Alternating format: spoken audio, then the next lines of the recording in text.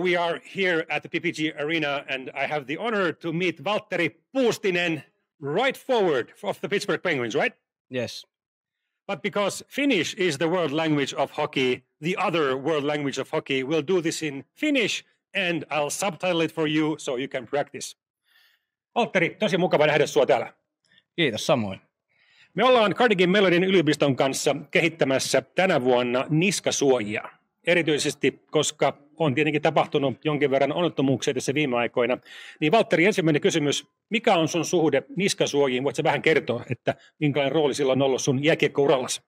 No sen muistan, että kun olin pieni, niin silloin oli aina nuo kaulasuojat mukana. Ja sitten siis Suomessa, niin liigassa mun mielestä meillä oli kaikilla aika lailla. Ehkä 95% ainakin, että se piti olla, että siitä saattoi jäähyjä saada, jos ei ole. Ja sitten kun tulin tänne, niin se ehkä jäi pois multa itseltäkin, mutta nyt sitten taas, kun heräsi tähän hommaan ja näki, mitä voi käydä, niin otin kyllä sitten heti takaisin.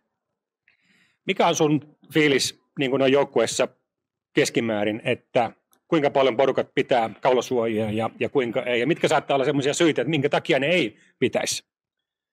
Joo, mä veikkaan, että kun nyt on noita osumia sinne kaula-alueelle tullut, niin se on vähän yleistynyt, että ei kyllä varmaan hirveän moni, mutta nyt meillekin täällä kyllä aika moni pitää, ja silloin kun niitä sattui tuossa alkukaudesta, niin AHL:ssä meille annettiin monta erilaista vaihtoehtoa, että siinä sai kokeilla, ja mä oon itse ottanut tämmöisen paitaversio, että se on, mulla on muutenkin tämmöinen pitkä paita aina jäällä, niin sen saa hyvin tästä kiinni, ja se suojaa ihan hyvin, ja sitten mä en tiedä, mulla itsellä meni ehkä yhdet reenit maksimissaan, että se niinku tottuu, että jotkut varmaan sitten, ei tietysti varmaan niitä malleja niin monia, niin voisi kokeilla niinku erilaisia, jos ei meinaa tottua, mutta itsellä kyllä ei ollut mitään ongelmaa.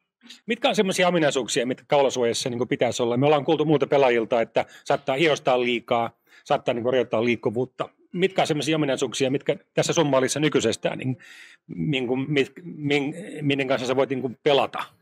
Joo, mä itsekin kyllä kokeilin erilaisia, just semmoisia, mitkä ei ole niin kiinni esimerkiksi tässä. Niin ne oli just aika niin kuin silleen, että ei meidän oikein pää just pyöriä. Ne tuli vähän ehkä liikaa tänne. Ja se voi ehkä johtua siitä, mutta itse kyllä on tykännyt tästä, kun tämä nimenomaan just antaa silleen niin kuin periksi. Ei, niin kuin jos se isku tulee vaikka tänne, niin eihän se siihen vaikuta, mutta se niin kuin liikkuu aina ihon myötäisesti. Niin ehkä itse tykkää eniten sellaisesta, just, mikä niin kuin ei niin sanotusti tunnu niin paljon niin kuin mitä vaan pystyy, että se sitten niin kuin liikkuu. Mutta uskon kyllä, että melkein mikä tahansa, niin kaikkihan sitä tottuu. Vähän sama niissä oli rannesuojissakin, kun otti niitä käyttöön, että se oli alku, että oho, että mikä sitä, mutta 10 minuuttia oli jäällä, niin ei näistä. Onko sulla myös rannesuojat käytössä? Kyllä on. Mulla on yksi kysymys suoraan opiskelijoilta Carnegie Mellonista. Monella jääkiekkoilla on pitkä tukka, sulla ei ole pitkää tukkaa. Mutta yksi tämmöinen konsepti näillä opiskelijoilla on se, että se on semmoinen baklava-tyyppinen suojus. Ja ne haluaisi kysyä, että jos sulla on pitkä tukka, niin kuinka tärkeää on se, että se pitkä tukka näkyy jääkiekkoilijana? No, mullakin on kyllä joskus ollut pitkä tukka, että nyt on vähän ehkä kun on kasvanut, niin yrittänyt silleen, mikä on helpoin, että totta kai se tietysti jokainen rokkaa omaa tyyliä, että se on tärkeää, että itse tykkäät ja jos haluat, että näkyy, niin kyllä mäkin sitä tykkään, että vähän näkyy, mutta. Eli kaulasuojuksessa ei saa olla semmoista ominaisuutta, että se peittää koko tukan. No ei mielellään. Kiitos Valtteri. Kiitos. Kaikkea hyvää. Kiitos.